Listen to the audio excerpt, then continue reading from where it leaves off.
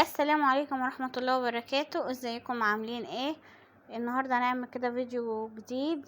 لو عندك كده بواقي فراخ،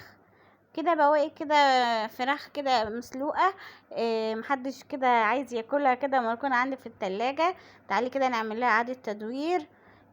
طبعا في الظروف دي احنا ما ينفعش نرمي اي حاجة، ولازم نستفيد بكل اي بواقي اكل عندنا، لازم نعمله اعادة تدوير كده ونستفيد بيه. انا جبت كده الفراخ كده، قطعتها بايديا كده، طبعا ايدي نظيفة طبعا. قطعتها كده شرايح بايدي.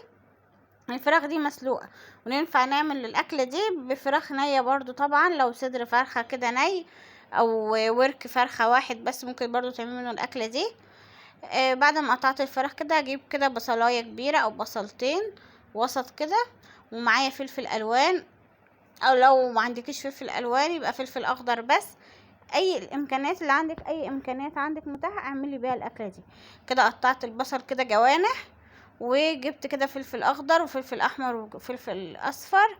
لو ما عندكيش فلفل الوان استخدمي فلفل اخضر بس، برضو الوصفه تبقى كويسه جدا جدا. بس الفلفل الايام دي يعني رخيص الايام دي في السوق، طبعا احنا في الصيف فبيبقى ده موسم الفلفل فالفلفل بقى ايه، ننتهز كده الرخص بتاعه وندخله في اكلاتنا.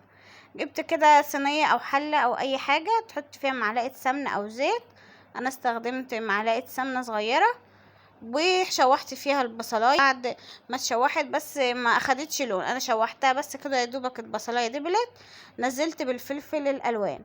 هبدأ بقى كده اتبل البصل والفلفل بالملح والفلفل الاسود وبابريكا وبصل بودر وتوم بودر.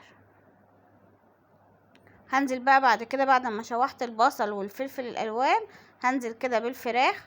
انا ما كانش عندي صويا صوص، بديل الصويا صوص نزلت كده بمعلقه معلقه عسل اسود، وحطيت عليها نص معلقه خل او معلقه خل. لو الخل عندك مركز انزلي عليه بنص معلقه خل مركز، او معلقه خل من العادي اللي هو بنشتريه من العادي ده اللي هو بيبقى مخفف شويه. العسل الاسود والخل بيدي نفس المزازه بتاع الصويا صوص، يعني الجيش بيقولك اتصرف، فانا عايزه اطعم الاكله دي اطعمها بايه، فانا اطعمها بالصويا صوص. وخلاص كده اديت لها التشويحه. طبعا الفراخ مسلوقه والبصل اتشوح برضو، اخد وقت وكده.